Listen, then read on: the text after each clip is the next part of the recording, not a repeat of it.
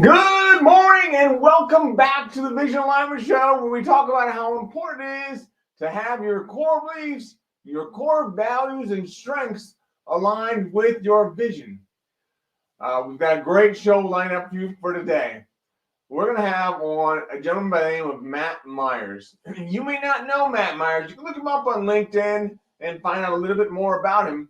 But Matt is a portrait artist based in Pittsburgh, Pennsylvania, who believes that the art of creating amazing images starts with the experience.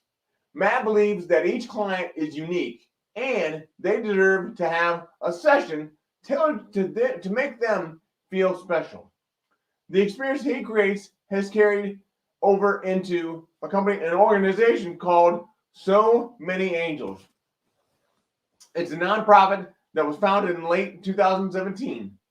Whose mission is to empower and inspire child warriors battling cancer so that they can become whoever they want to be when they grow up. What an awesome, awesome story. Man alive, this is going to be great. I'm so looking forward to it. You're in for a treat. Here, without any further ado, is our new friend, Mr. Matt Meiers. Hey, Matt. Hi, Brian. Thank you so much for having me on and allowing us to share what we do with So Many Angels. Really appreciate it. Absolutely. I've got chills. This is awesome. So Me too. Tell us, Matt, when is your first recollection of knowing your vision? So I'd say my first recollection is I'm from the photography world, and I was always interested in photos, but I'm not sure I realized the impact that photography could have until I got a headshot at a photography conference from a guy named Peter Hurley. And Peter Hurley is an amazing headshot photographer. And for the first time in my life, like a lot of photographers, we like to hide behind the camera. So we start off with our camera. We take pictures of birds, bees, flowers, trees, eventually take a picture of a person that looks good enough for somebody else to ask us to take another picture of them. So I am super shy. I still consider myself shy, but I was able to get a headshot during a presentation from Peter. And the end result was something that not only was kind of, wow, that's acceptable for me to post that on social media, but I was actually proud of it because I thought he captured the way I think I look. I don't always look that way because I think we're so used to looking at ourselves in the mirror with no lighting, poor lighting, bad, whatever. But Peter just captured me the way that made me feel like I was on cloud nine. I was walking around the rest of the conference like, hey, I got a cool picture. So I wanted to translate that into something else because that just made me feel for better or worse, better than I did before, and kind of just quote just from that photo. So a few years after that, I was volunteering at a Make-A-Wish event, photographing just event photos at this Make-A-Wish event in Delaware. And the featured speaker was someone who had a wish granted when she was 13 or 14. She lived in Miami Beach and was a total beach girl, but her wish was to go snow skiing, of course. So she went snow skiing, and they got her and her family a little cabin halfway down the mountain. They skied out in the morning, skied in the evening. But what I remember what stuck with me the most was she said, for that week, I was not sick. And I thought, what can I do with photography to help, since this event was about kids? What can I do? What can we do to help kids feel like they're not sick, whether it's just for that session or just for an ongoing thing, hopefully. But I guess we'll get into that in a little bit. Awesome. If you want to hear more, stay right there.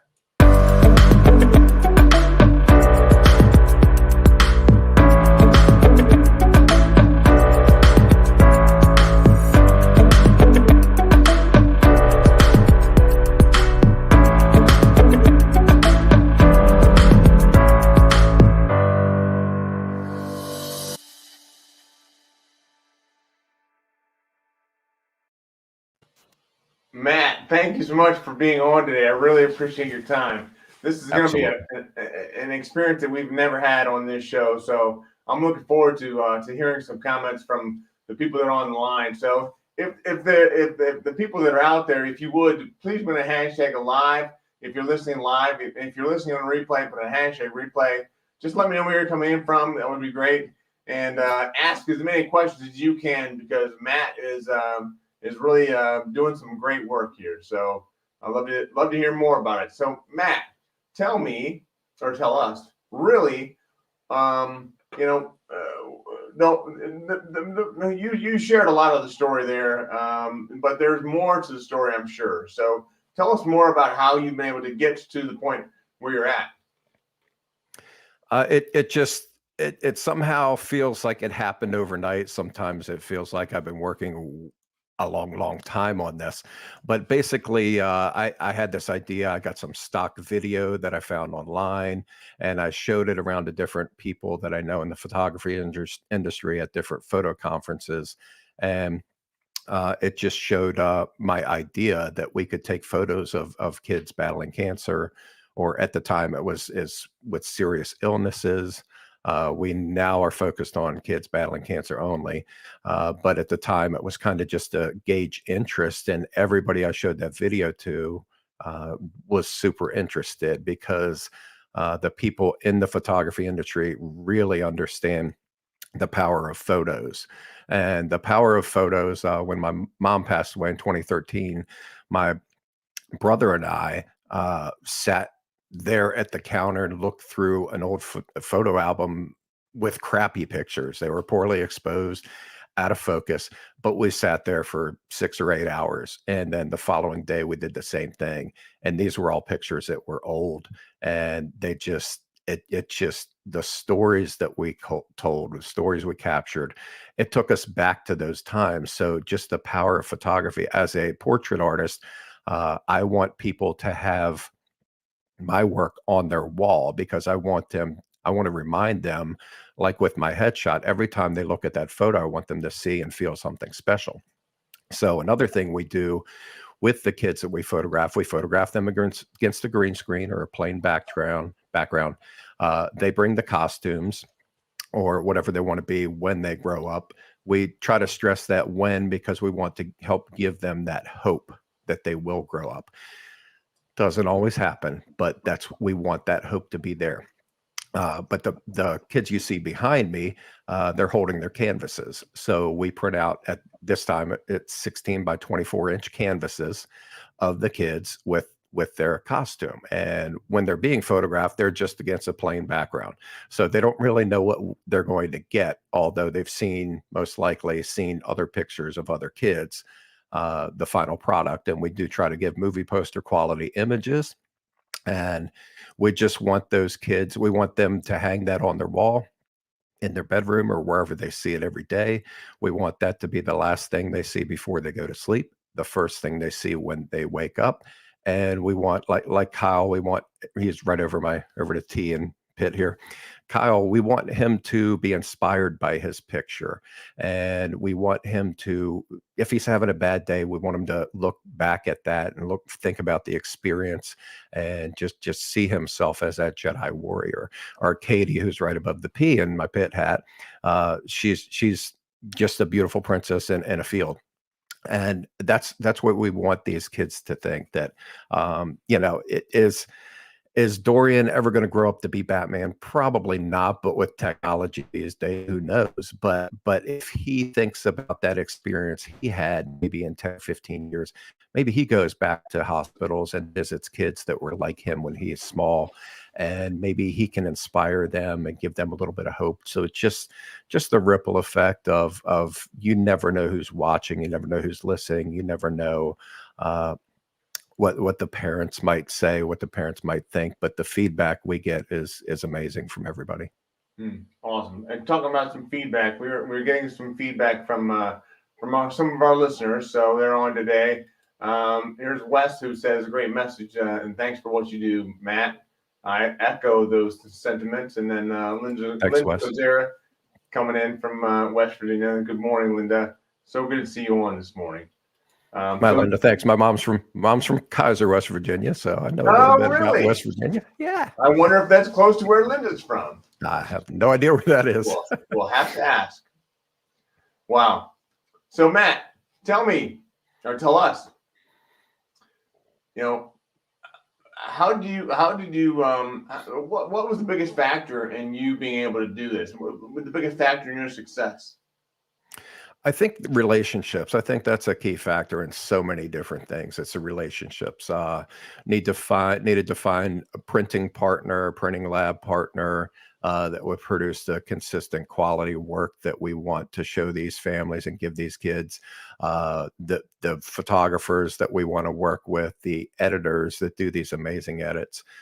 We've done about 100, I think just over 110 of these canvases for these families, and I have still not edited one single one, because they're amazing. They just edit these, they get them back to me a lot quicker than I can do them. Plus, it gives them the feeling of being involved and being able to contribute and being able to feel the great warmth that I get inside when we help these families. Wow, that's incredible.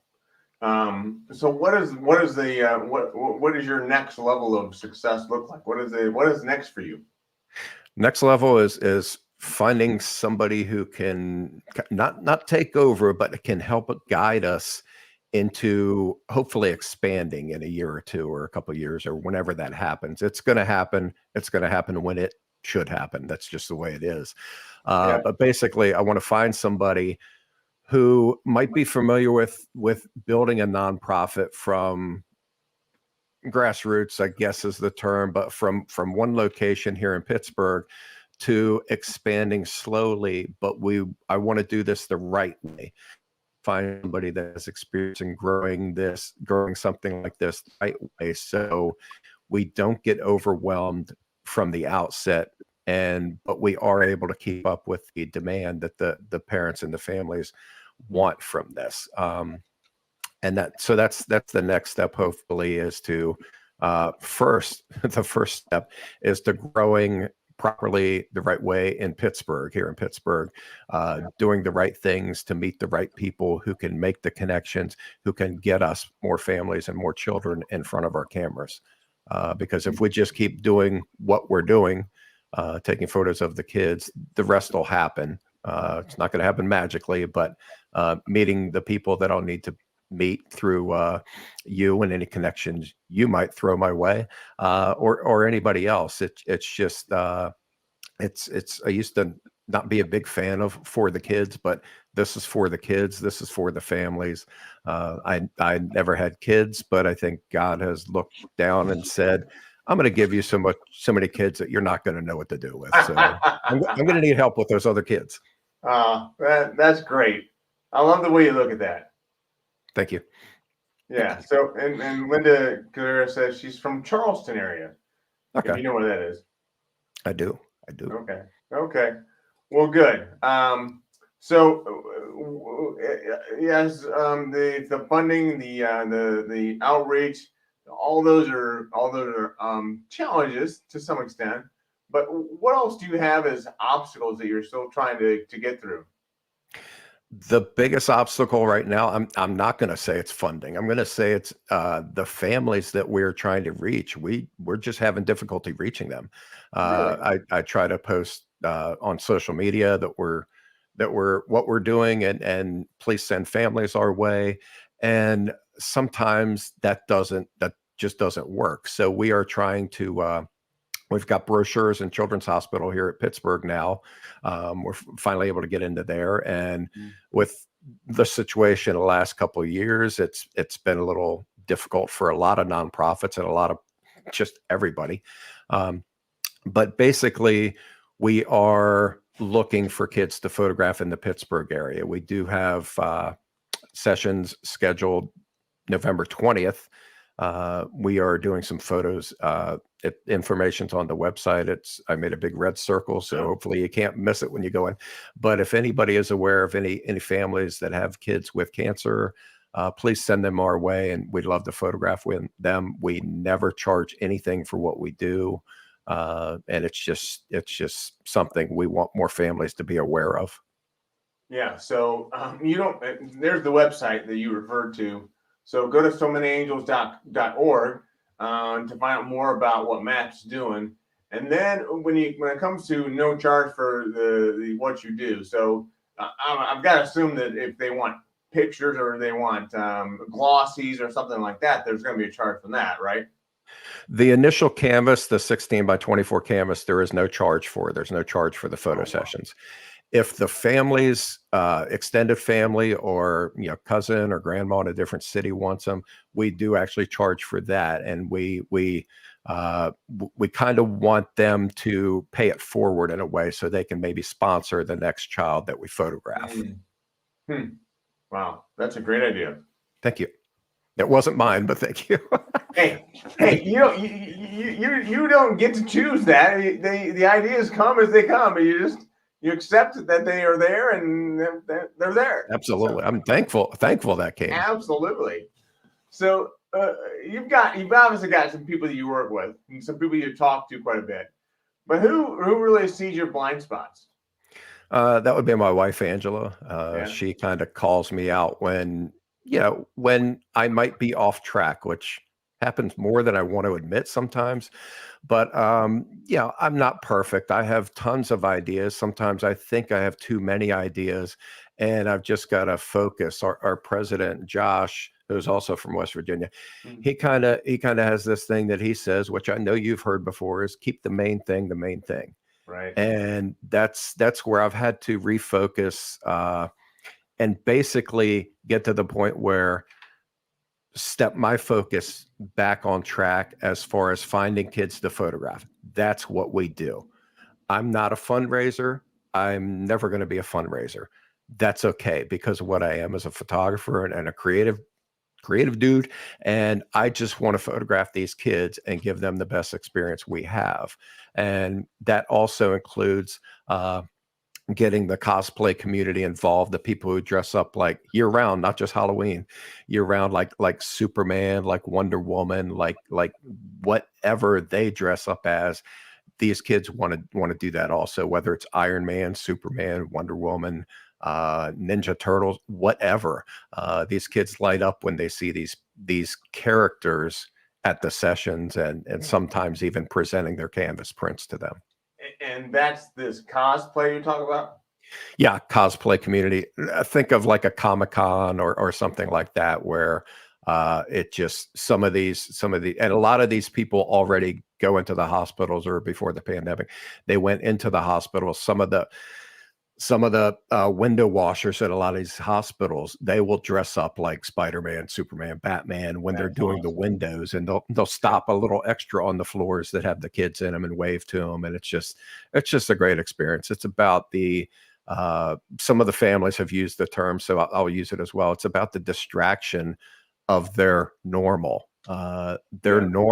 normal is just not something you'd want anybody to go through, and I think I've come to maybe dislike that word normal because it's been used so often the last 2 years. Like, oh, we're in a new normal. Well, no matter what's going on, you're always in a new normal, Right. whether it's a pandemic or personal loss or personal something great happening to you. That's your new normal too. So It's just something that, it allows them to be involved too when they dress up and they get into character. A friend of mine dresses as a stormtrooper, and so she's got the helmet on, and she told me that the reason she chose that character is that the kids can't see her cry when she goes to the hospitals. So that kind of got to me too. Oh, yeah. You don't even think about that. Yeah, I didn't before that either. Huh. Oh, so you've got a lot. So, how do you stay? Obviously, this costs money, but how do you stay steadfast in doing what you do? Are you retired? How does it work? Speaking with this about my wife the other day, and we've made decisions over the past few years that have allowed me and us to do this. And it's we are trying to always raise more money, but again, that's not my primary focus. That's why I want to get somebody involved who does that, so they can do what they can keep their main thing the main thing, and I can still I can just focus on getting more kids to photograph. Wow, that's great. So what do you do to recharge? I nap. Yeah. I will nap any time of the day. I'm trying to get a little better at meditating. Well, a lot better since I stopped. We just moved a couple weeks ago into our new house, and we're trying to do everything that needs to be done to set up that new house. And so we're still in that process. So it's keeping me pretty busy, but there are times when I just hit the I call it the night train, where it just, I'm zapped. And during the move, right before we actually left our old house, apparently I had been having a heart attack for over 2 weeks. So that was kind of interesting, because it wasn't the right time to get sick. But I'm also glad that I finally went to the ER, because it wasn't the right time to die too, because I've got a lot of stuff left to do. Yeah. So my cardiologist, when we did the follow-up appointment a couple weeks after that, he said, you had a minor heart attack, and everything looks good. And I'm like, well, hold on, this is my story. It depends on who I'm speaking with, whether I decide to say if it's a minor heart attack or just a heart attack. But luckily, Right. it was, quote unquote, just a minor heart attack, and everything looks good now. But yeah, I've got a lot of stuff to do yet. So Yeah. So they put you on medication, oh yeah, exercise. yep, exercise, medication, for who knows how long, and I'm fine with that as long as I remember to take it. But yeah, it is what it is, and it needs to be done. So yeah, I want to stick around for a while, and so I'll be following the doctor's orders, and could be better about the exercise thing, of course. Listen to your wife. Yeah. That's always the problem. Always key though. Yeah. We she's taught me how to cook, and I'm a pretty decent cooker right now, but yeah, I want to learn that more, and doing a lot more veggies and fruits and stuff. And it's learning how to cook and knowing how to cook and cooking with her is better for me than trying to just wing it, because I can pretty much eat the same thing every day, and I often do. But Yeah, it's fun to learn some new things. And luckily, there's no McDonald's within 20 minutes of us here, so that's good. good. Hopefully, they'll stay away. So what's your favorite thing to cook? Breakfast. Yeah. Eggs. I love breakfast. I don't know if the cardiologist will say this. I like corned beef hash, but I don't eat that much anymore. But yeah, breakfast has got to be it. But the fish and chicken thing, it's getting a lot better too. I might be switching over to dark meat from breast. It used to be, give me the big fried breast, but now we're baking the chicken and baking the fish, and it's just really good. You can kind of cook the chicken and the fish the same way sometimes. So yeah, that makes it easy to remember. Yeah. So are you a reader? I'm an audio book listener. Hey, that's okay. And podcast listener. Yeah. Anything you're listening to right now? Listening to a lot of different things. There's a podcast called Sports Spectrum. I am trying to get back to let's back up a little bit. Some of the families, a lot of the families still have their faith or came to their faith when their child was diagnosed. And I started looking at that a little more. It's like, okay, if this family has a child that's going through cancer and has been going through it for years and years and years, or some of the families have lost a child to cancer, yet they still have faith in God, maybe I need to look a little bit more into this. And so I'm trying to get into that. And one of the books we're doing with some neighbors is called Anothering. So we just started that. But as far as podcasts, there's a Jason Romano used to be at ESPN. He has a podcast called Sports Spectrum, and that highlights a lot of athletes, a lot of coaches, and about their journey with Christ. And it's just amazing to hear these stories that you don't always hear everywhere. And it's just a really, really good listen because it also helps me focus a little bit more. And it might get me into a direction where that turns me onto a different podcast or another podcast, or it's I'm kind of easily distracted sometimes, to be honest. And so I'll jump to another podcast for a few weeks, and then that podcast will turn me onto another one that I'll listen to for a few weeks. And it's like, oh yeah, I'm not even listening to this one that turned me on to these other 5 podcasts. Let me go back to that one. But yeah, there's just so much. There's almost too much for me. I want all the information out there, but I have a problem sometimes of trying to do the fire hose when I need to just drink from, like we used to do, out of the garden hose. Try not to drink from the fire hose. So this Sports Spectrum with Jason, what's the last name? Jason Romano. Romano. I'll check that out. Sounds interesting. And Anothering, is there a book you said? Yeah, there's a book. It's I think it first came out in the 70s, but it's about small groups. And we've just gotten into it, so I don't want to mess up the description, but it's about being, you're not alone, basically. And it's a little bit getting more intimate, going deeper with a group of, say, 10 friends, then going wider with a group of 100.